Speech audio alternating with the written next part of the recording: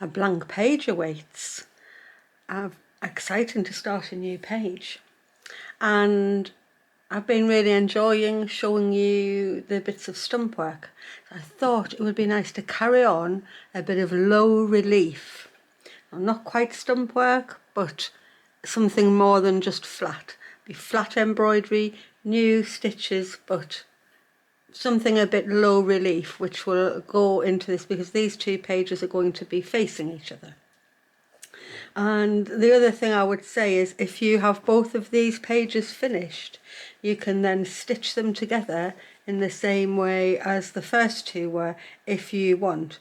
I still have, I think I'm going to do another 2 flowers here, and I haven't done that yet, and I still haven't finished my tree. I wanted to add more leaves. So until I've done that, I'm not actually going to stitch them together. But if you're finished and you're ready to, just go ahead. It's not going to make any difference. So with that said, what I wanted to do was do a really pretty spring design. So for this one, I thought a vase of tulips. Now I've drawn a picture because I wanted to know that it would fit on. So that's what I'm aiming for. Now I don't want you to be worried that you can't draw anything if you can't, because I'm going to show you how easy this is, using simple things to get this design. So I'm going to do a tablecloth, a vase, the leaves and the tulips.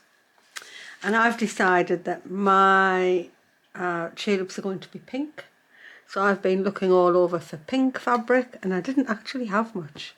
I found that tiny little scrap, and then this, which is quite a bright pink, but I think when I overstitch it I can tone that down if I need it to be toned down. So I'm using that pink quilting cotton. For the leaves, I've gathered some greens together. So I've got this lovely piece. I've got this, which is a bit of polyester silk that I painted for something else. Dark green quilting cotton. I've got a bit with trees on. I've got some green jersey left over from my recent top that I made. So I've got a various selection of greens, and it can be patterned or plain. I think it'll be fine either way. For the vase, I decided I wanted a blue vase. I've got some blue jersey, which I actually really like the colour of. And then I've got this bit of blue lining fabric out of a thrifted skirt. And I'm just not going to decide which one until I've got the tablecloth down. And then for the tablecloth part, that's here, I had various things. I had this funny bit of quilting cotton with a nice little pretty print on it, and various bits and pieces with really nice little designs on. But in the end, I think I'm going to do with this bit of gingham. It's the only bit I've got left off a dress I made for Naomi when she was really little, and she was in nursery. And I think that's all I've got left of it. So I think I'm going to use the bit of gingham. But I thought I'd show you them just to show you don't have to have gingham. A little print I think would be nice, or a little check, or a little something, especially if you make your vase plain. Then the little print, that would work really well there, like that, with the blue vase on top, I think. So it's up to you, whatever you think is going to work best. So first things first, how we're going to draw this image. And it's quite easy. You don't have to be too stressed about it. I'm just going to use this. I'm going to use this just bit of scrap paper. I'm going to show you. I've got a tin here, and it's just a tin I keep bead stuff in. It's 2 inches and 9/10, so just under 3 inches, or 7 centimeters. And so just find something that's similar. It doesn't have to be that size. And put it on there. I'm going to draw around it. Get myself a pattern. And then to make that into a vase, all I'm going to do is extend it down there like that, and put a bottom on it. slightly rounded, but it can be flat. I can do properly abstract flat vase is fine. And then I'm going to extend the top like that. And you can either do a totally flat top or a rounded top. Now, actually, you don't need to be accurate at drawing that out like that, because what you're going to do in the end is just take that pattern and fold it in half. I'm going to match up as best I can. I can look through and see where the edges of my circle are, like that. And I can decide which half I like the best. I'm going to go with this half, and I'm going to cut the pattern out so that it's identical on both sides. So if I just do this, it doesn't matter how accurately I got it drawn out, it's going to be a perfectly symmetrical vase once I've done it. And I can go straight across there if I want, or I can use a curve. But there is a pattern already, and you can see how it was different, but it doesn't matter, it's now symmetrical. And if I want to do the curve, I can just fold it up again and go in a little bit at the middle and just aim it up to the edge, and I will have a pattern. I can put it on something dark so you can see it. So you'll then have a pattern for a vase, and it's as simple as that. So I'll use that later, that little pattern. First things first, I'm going to sew on the tablecloth. I'll just have a drink of my tea. And I'm ready to go. So first things first, I need to get this little tablecloth down. Now the best way of thinking how much tablecloth you need to go on your page, well, you need the width of your page.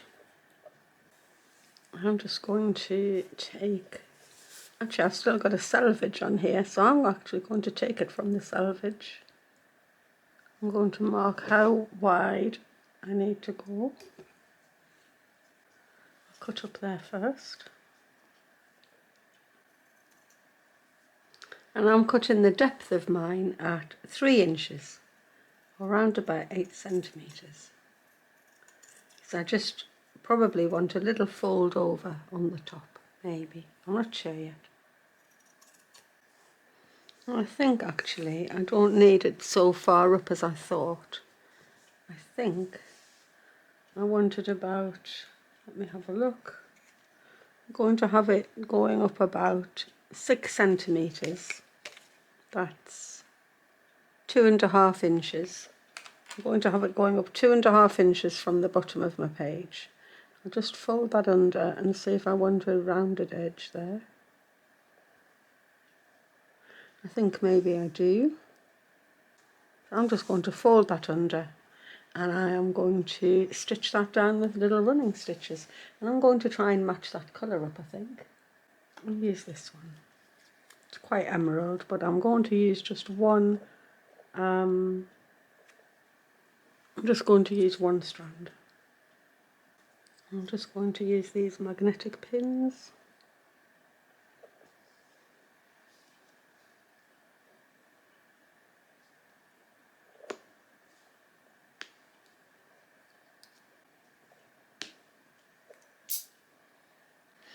And I'm going to stitch with a little running stitch. I'll just start in case I need to amend the edge here.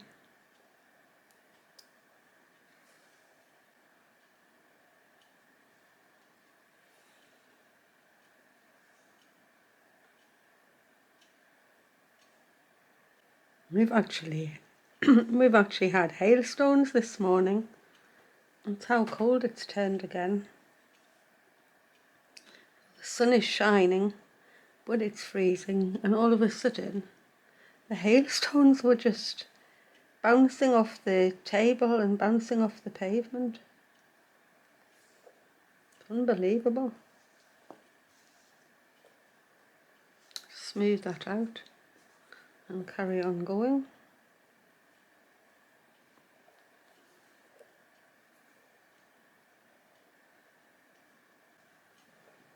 Just make sure I'm coming to the end and keeping it nice.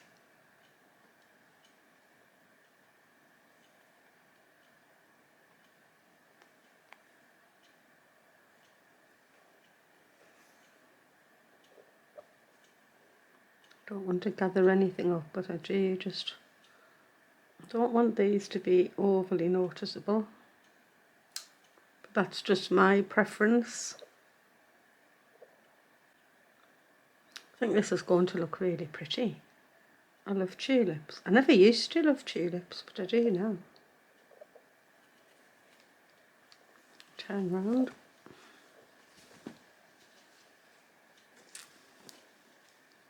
I used to see tulips in people's gardens, and they were always just sort of stiff, and I don't know, it just never seemed too natural to me. And I really love our wildflowers, and so when people had lots of tulips in beds, I wasn't that keen.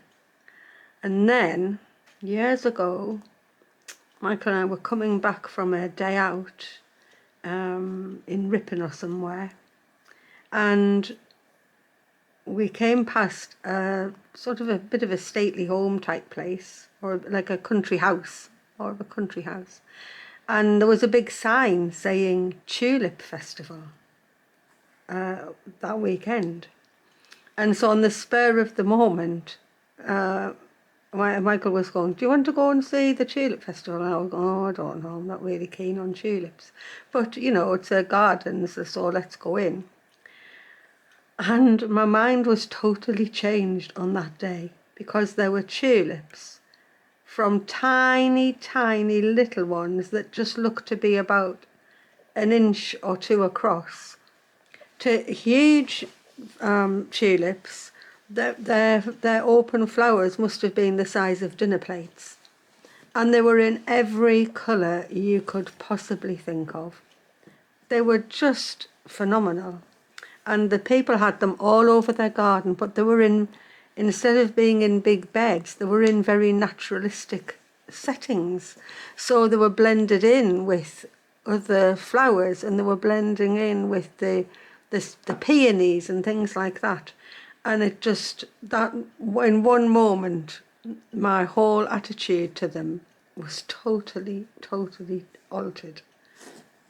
And so now I keep more of an open mind about stuff, because sometimes you're prejudiced on something, and for me it was like, oh, tulips are not for me, I like wildflowers. They can be totally wrong, and they can be based on something that's not sort of right, but you don't realise it at the time. So from that day forward, I just plant loads of tulips.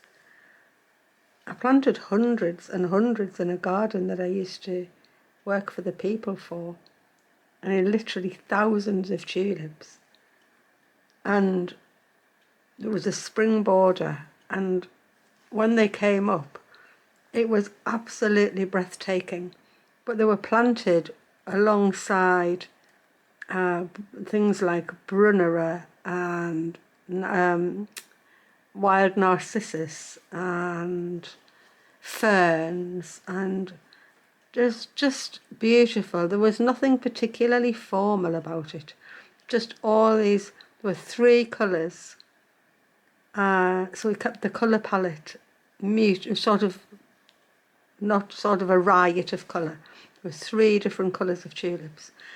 But together with things like the forget-me-nots and the brunnera, it was stunning. And every year I have planted tulips here up until the last couple of years. So I need to get new tulips, I think. So beautiful. It's a shame they don't really have a scent. At least I don't think they do. I don't think you can get scented tulips. Unless you can now, and I just am behind with what's out there. Just going to finish that green off. I can take those off.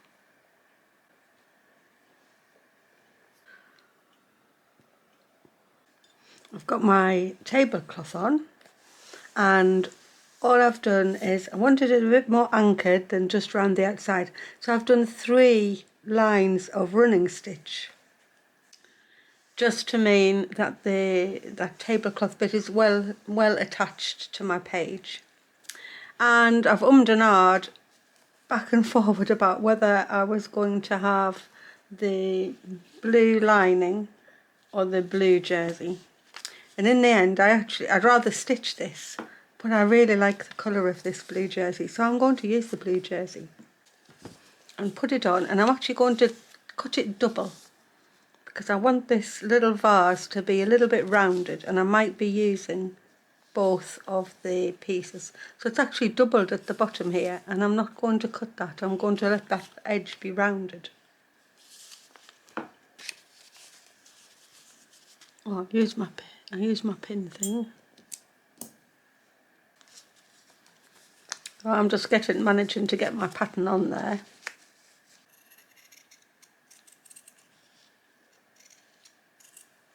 Could definitely do this with cotton or anything else.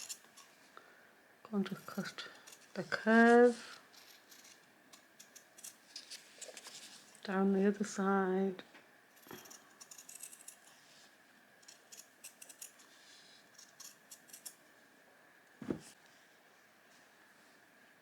I can decide to put it right in the middle and as far down on the tablecloth as I want. I'll just see where I had it on here. I had it quite a way down actually.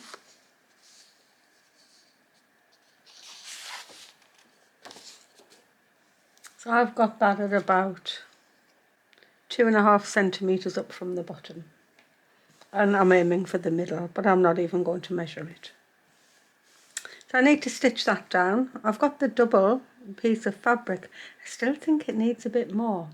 So maybe I'm going to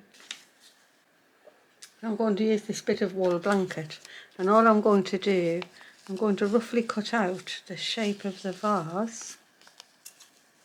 I want it smaller than that, but I need to get that shape really. You could definitely do this with a bit of wadding or batting or a bit of sort of that sheet cotton wool type stuff. That would work.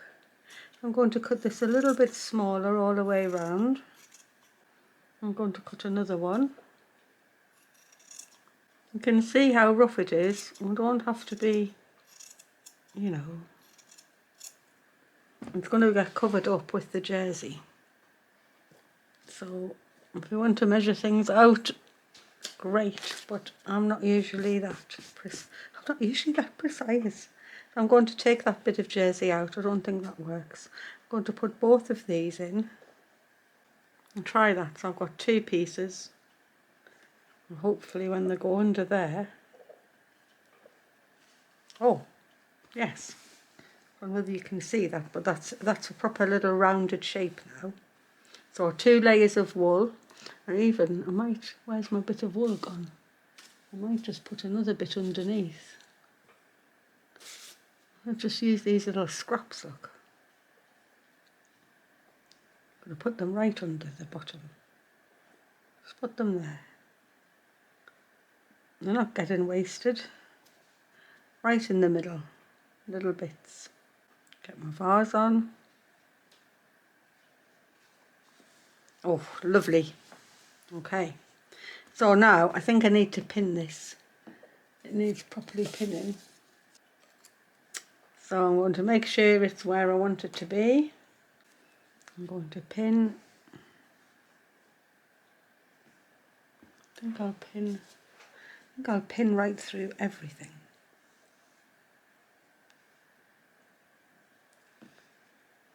So I don't want a lopsided vase. Now if you're making it with jersey, you'll have a bit of leeway because there'll be some stretch. If you're in cotton, you won't have the stretch that I've got here.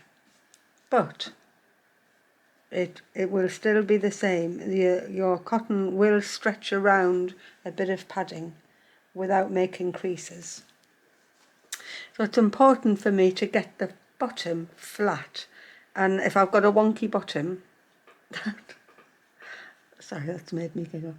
If I get a wonky bottom, it'll make everything look like it's falling over. So the first thing I'm going to do is actually sew that right across the line of my gingham. It's more important because I've used a checky fabric, and if it's not straight on the gingham, it's going to look weird. And I'm going to use a matching thread. Oh, is that silk? No, I can use that. There we go. They're good bits of blue. And I need a needle. And I'm going to use a single strand. And the first thing will be to just slip stitch this piece of blue straight across that line. I do want to do some embroidery on here, but it's important to get this little vase attached, and so I'm going to take quite small stitches, little slip stitches. I'm going to go coming out on the gingham and then straight up onto the vase with a tiny little catch stitch along about 1/8 of an inch back down onto the gingham. It doesn't matter that I haven't got my material flat, it's more important that I get this straight. So if you have to measure yours to get on, it definitely will help if you get your vase really squarely put on and not looking wonky. Having said that, if you have a wonky vase, it's not going to be the end of the world. It'll be quirky. And I love quirky stuff. So definitely the fact that I've got a fold along the bottom is making this really nice to put in. So I definitely, if you're on cotton or jersey, having that little fold down there has really helped me get that bottom nice and squarely in. So now that I've got that in, I'm actually just going to hold everything nicely. The padding's underneath. I've got the 2 pins are holding it together. And I'm just going to slip stitch right the way up. Or you could running stitch this just as easily. In fact, maybe I will running stitch it. In fact, I am going to. I'm going to take quite small stitches right up the side. I'll have to be careful not to overstretch this. You probably won't have that problem if you're using cotton.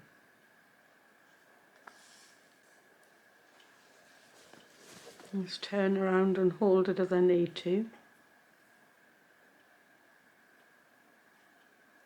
You could turn the edges under here and do a needle turn applique.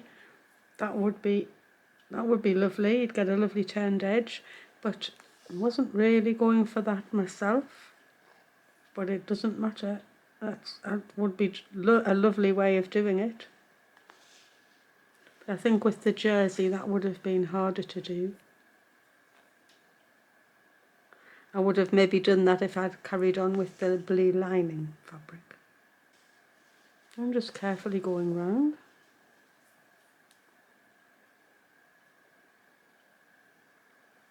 I'm making about 1mm size stitches.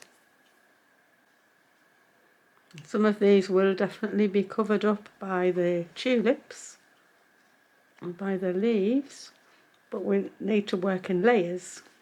So I'm doing a sort of a low relief embroidery. Go along the top. In fact, I will whip stitch the top.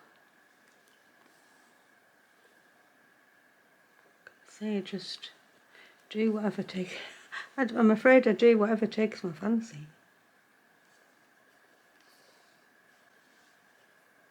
Just whip stitching this curve.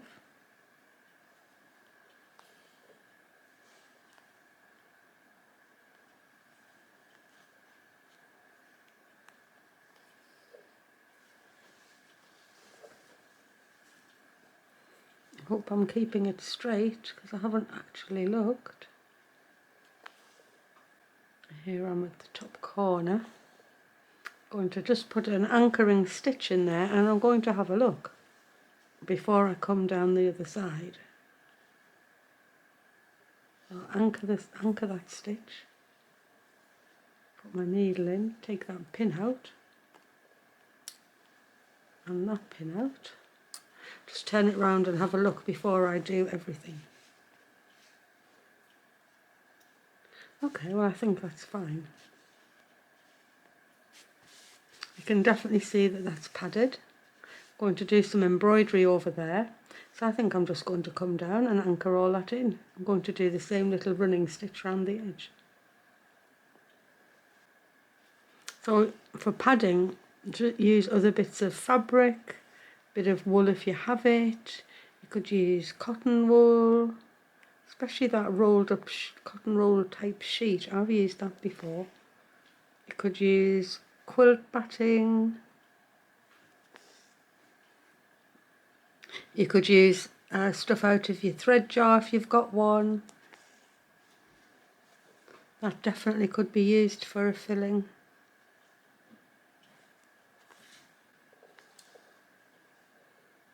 And here I am back to the beginning.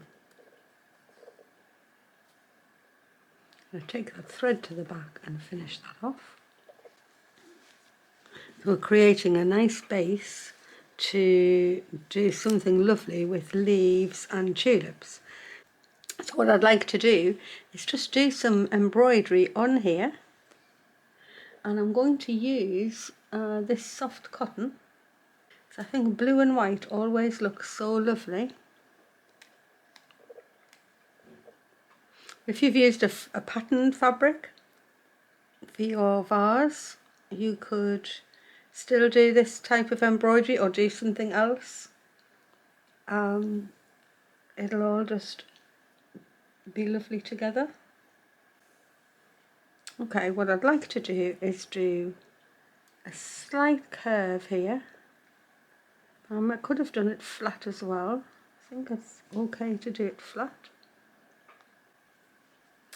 I'm going to do some running stitches, and then I'm going to lace them together in the same way as I did the seam on the crazy patchwork, because I thought it would be a really nice sort of a design for a vase. I'm just going to go along, making as even a running stitch as I can, not pulling it or anything, but I'm stitching through into the wool, and the wool's really nice to stitch into. Oh, I feel I'm going wonky. Am I going wonky? Maybe I'm taking that up too quickly. Just keep looking. If it goes wonky, it wouldn't bother me particularly. You just embrace it.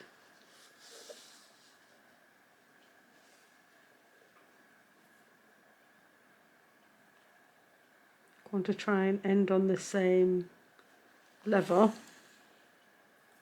So if you want to mark it, you just need to put your ruler on and put a little mark on each side. I'm definitely wonky. I need to end there. And you know what? I'm not going to be bothered. I was just about to think, shall I take it out? And I thought, no, I've just told everyone, embrace it. So I'm going to embrace it. If it bothers you that you don't get straight, just put a mark on. I'm not usually bothered. So I'm going to come back and I'm going to do a double line. And I'm going to do the spaces are going to be opposite the stitches.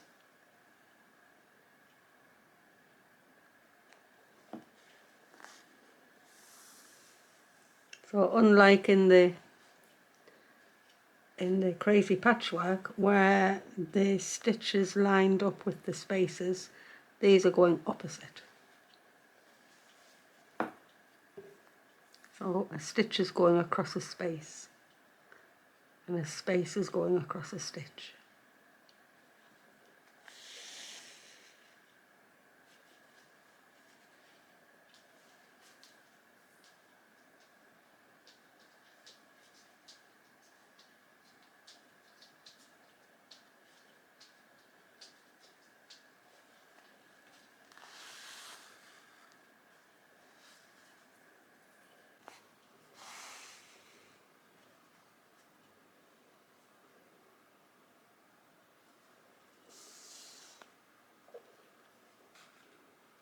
There's my two lines, and I'm going to lace them together by going diagonally up and down through them. And I think it'll make a really nice sort of a design that you see on pottery and ceramic vases and things. And so I'm just going up from the middle each time, so up to the top one, down to the bottom one. And if you've got them where the stitch on the top line is over the space on the bottom line, you'll get this lovely zigzag.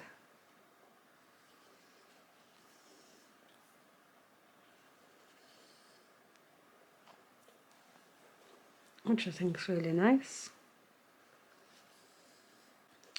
You could do this probably in maybe 4 strands of stranded cotton. I think 6 might be too much.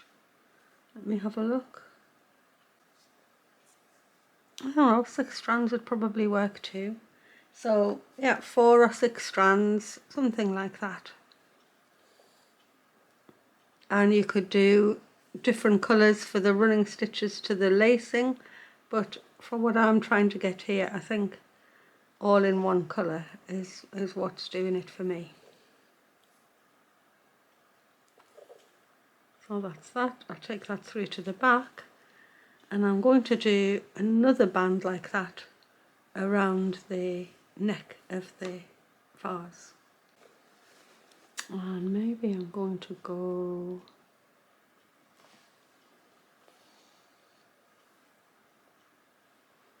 maybe I'm going to go there.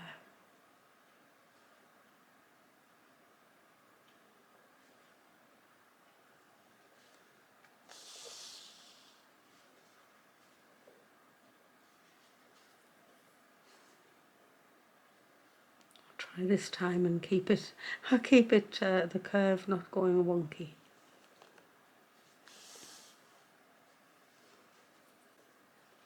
And come back along. Oops. Putting the stitch across the space and the space across the stitch.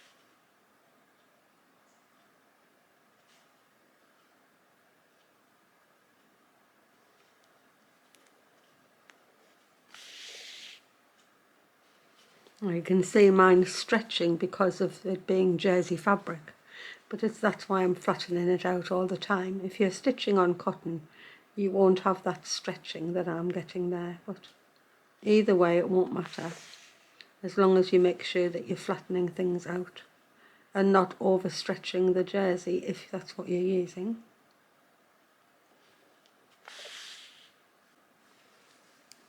Okay, and here I am going to do the lacing, so up to the top one, down to the bottom one, up to the top one, down to the bottom one, and get that lovely zigzag. So this is just called laced double running stitch. At least that's what I call it. I don't know if it's got a more formal name, but I would call this laced double running stitch.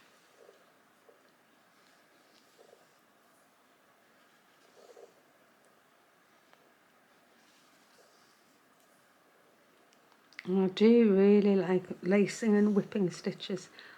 just for the effort of doing it. You get so much for the effort you're putting in, I think. Okay, that's that. Take that to the back. There's another couple of little bits I'd like to do on here, but I'm going to leave the tulips for the next time. Well, maybe the leaves will be next, but I'd like to just have the vase and the tablecloth finished.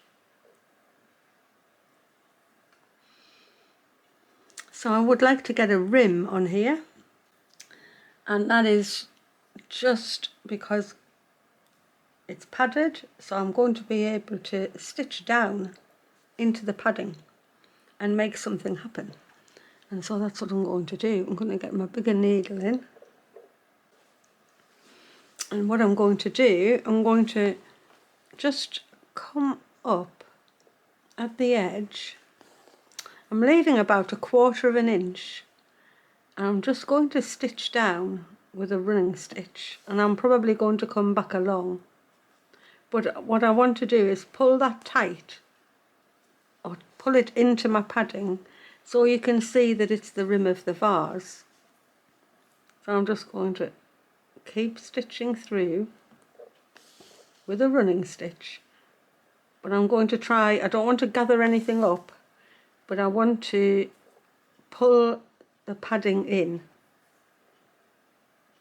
It won't go in much because most of the padding's in this bit, but it will be enough to show.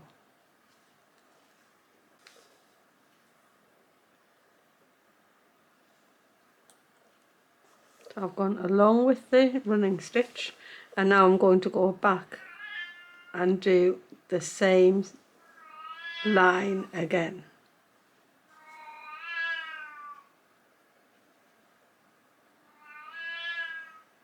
Oh, it's poor old Misty. She'll be shouting for Luke. So I'm going down and up again, but I'm going in the spaces, and you can do this in 2 motions if you want. You can go down one way and come back up.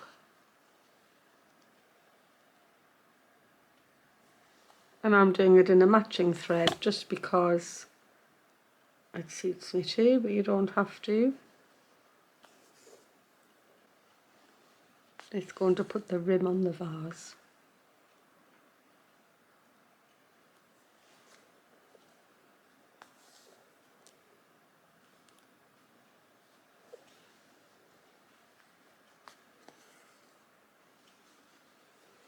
Finish that off.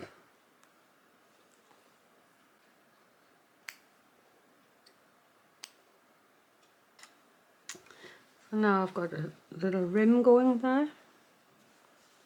And what I'd like to do is just do a bit of shading. And how I'm going to do that is to get a dark colour. I'm going to get a dark brown or black, or is it dark green? Sometimes I don't know. That's how I ended up doing pink on the, where I should have had white, or on the bee. I think that's black.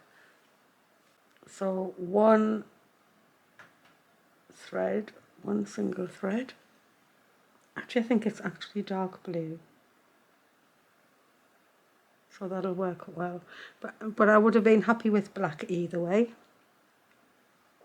Get a small needle.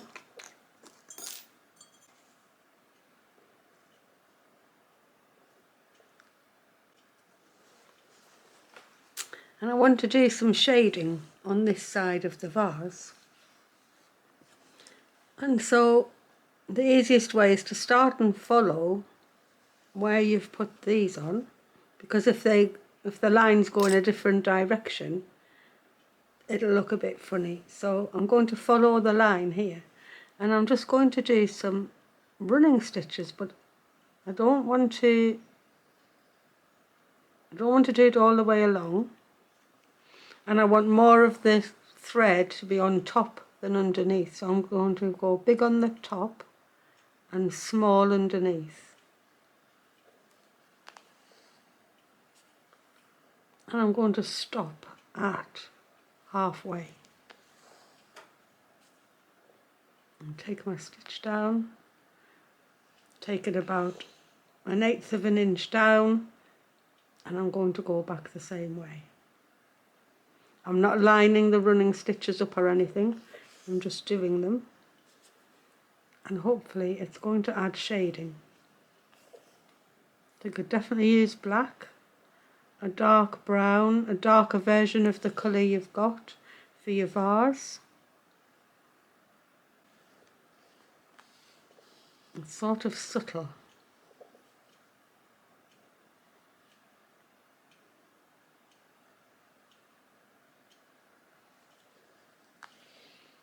But it'll be there.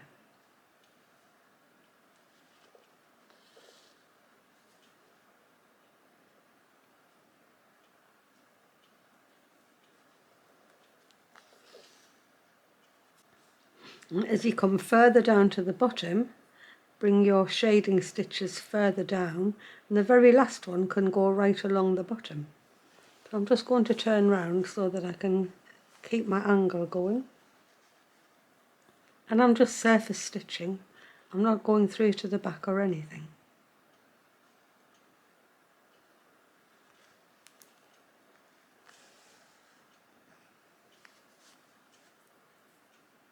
So take this one a bit further round.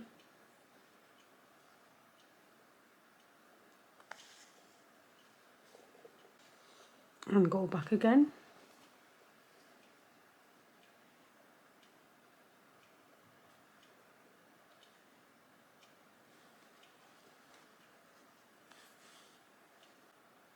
I don't want to pull these stitches in. I don't really want to ripple the fabric, if I can help it. I'm just laying them in as shade to make the vase look rounded. So this is my last go along here, and I'm going to take this line right the way along to that end.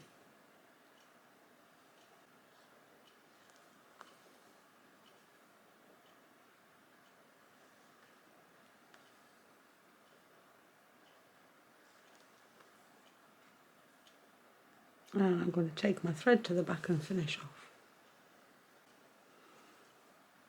And what I would like is I need the shading to just come up into here so that this is where the light's catching and this is the underneath. So I'm just going to start again. I'm not going to bother doing it on top of the cream embroidery, but I am going to just do another 2 or 3 lines here. I'll turn round. I'm just going to do it till my thread runs out maybe. This will be easier if you're using cotton. It's the jersey's not as amenable to this type of stitching. So my lines are about 1/8 of an inch apart.